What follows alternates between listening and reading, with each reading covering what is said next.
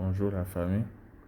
Il y a une chose sur laquelle tout le monde s'accorde, que ce soit la science, la religion ou les différents courants de pensée.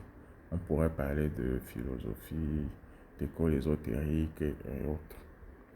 Et cette question-là, c'est quoi? C'est la question de la qualité et de la puissance du sang dans la vie.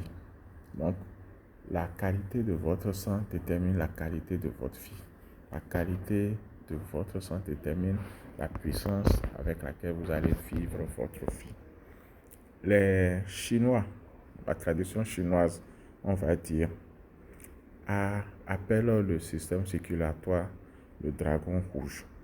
Il y a certains exercices qui sont utilisés dans ce pays comme nommé plutôt le système du dragon rouge. Ces exercices sont censés donner de l'énergie et charger le sang avec le chi qui vient du tai chi ou le chi qui vient du qigong ou ce que d'autres personnes appellent prana.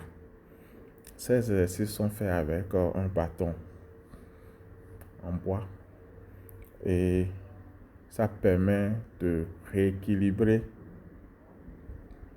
le sang en énergie. Donc il y a certaines façons de tenir ce bâton-là en faisant des mouvements, certains mouvements qui sont plus ou moins complexes, en faisant ainsi circuler le sang. Les mêmes choses sont obtenues en faisant le tai chi ou bien le qigong et ça permet effectivement d'avoir les résultats. Ça se rapproche un tant soit peu de la guérison pranique, sauf que ici c'est une alchimie interne. Ça fait partie des arts martiaux internes, comme on les appelle. Vous les faites et vous avez le résultat à l'intérieur. Et ça se reflète à l'extérieur avec un meilleur niveau d'énergie. Il est vrai que le système sanguin, le système circulatoire est très important pour la santé, pour la longévité. Quand ça fonctionne bien, ça permet de nourrir toutes les cellules de façon optimale et d'éliminer tous les déchets qui sont produits par le fonctionnement de ces cellules et ainsi défendre l'organisme contre les intrusions, c'est-à-dire les poisons, les bactéries et les différents virus qui peuvent créer des maladies.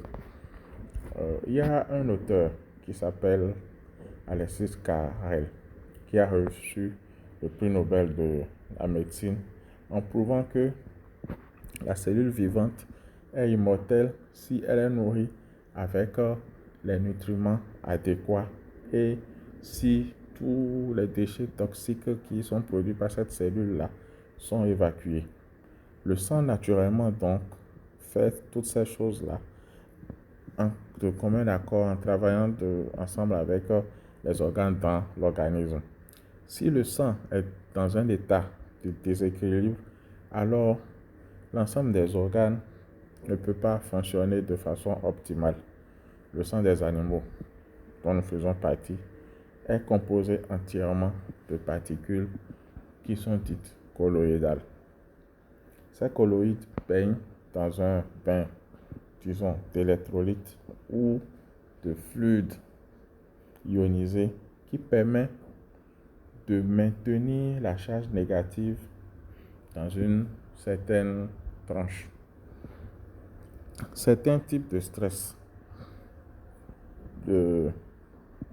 sur le plan ionique, certains champs électromagnétiques, un peu comme ce que les gens dénoncent avec les réseaux, certains déséquilibres hormonaux ou certaines toxines ainsi que les radicaux libres sous la forme d'ions positifs plutôt, toutes mes excuses, ont tendance à détruire la charge négative qui a sur ces colloïdes vivants-là.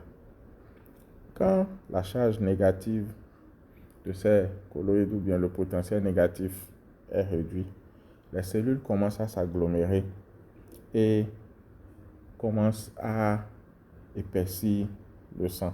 la viscosité du sang commence à augmenter. Les cellules donc perdent leur autonomie, puisque en temps normal, elles ne sont pas en amas, elles fonctionnent de façon distincte et elles ne peuvent plus alors transporter les nutriments dans, en leur cœur. Hein. Et elles ne peuvent plus non plus enlever les toxines qu'il y a à l'intérieur du corps. Quand ces conditions-là persistent pendant très longtemps, les différents mécanismes en marche dans l'organisme commencent à fonctionner de façon peu optimale, de façon désagréable, on va dire. Le cœur commence par s'éteindre progressivement, c'est-à-dire degré par degré, tout doucement. Ce que nous appelons le plus souvent maladie, c'est la réponse du corps à la dégradation de son efficacité, de son efficience et à la décharge que nous pouvons observer ou à la surcharge que nous pouvons observer. Comment est-ce que l'on peut régler ces choses-là? Tâchez de consommer certaines boissons qui facilitent la circulation sanguine et permettent d'avoir un sang qui circule librement. Essayez de dynamiser votre eau. Vous pouvez le faire avec la main, en imposant la main comme le font nos frères du christianisme céleste. Vous pouvez aussi dynamiser cette eau en y mettant des pierres comme faisaient nos parents. Vous mettez l'eau dans une jarre, vous y ajoutez des cailloux qui vont dynamiser cette eau-là. Vous pouvez aussi secouer l'eau ou la faire tourner. Vous prenez un petit bâton ou vous prenez une pipette peut-être en cuivre ou de la matière que vous préférez, peut-être du bois, et vous tournez ça dans le sens des aiguilles d'une montre. Vous essayez de créer un vortex à l'intérieur. Vous pouvez le faire selon votre convenance, le nombre de fois que vous voulez. Vous pouvez en faire de même avec votre eau de bain, celle avec laquelle vous allez vous laver. Elle sera dynamisée. C'est la même opération qui a lieu, par exemple, lorsque vous voyez le vieux qui prend une boisson et qui, avant de la servir, secoue la bouteille. Il la secoue proprement et ensuite il vous sert.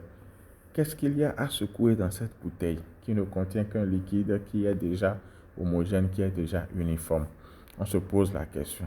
C'est une dynamisation qui a lieu. Donc, vous pouvez faire ça et vous pouvez boire de cette eau qui sera vraiment très bonne pour votre organisme. La même chose s'observe lorsque l'eau elle est chaude. La charge de l'eau au moment où l'eau est tiède est différente de la charge que l'eau a lorsqu'elle est froide ou lorsqu'elle est glacée. Donc vous gagnerez souvent à boire de l'eau tiède. Ça fera du bien à votre santé. Eh bien, je vous ferai une recommandation de lecture. Vous pourrez la voir sur la page ou sur notre canal Telegram. Allez, restez en santé et sachez que votre santé dépend de vous et de vous seul. Bye bye.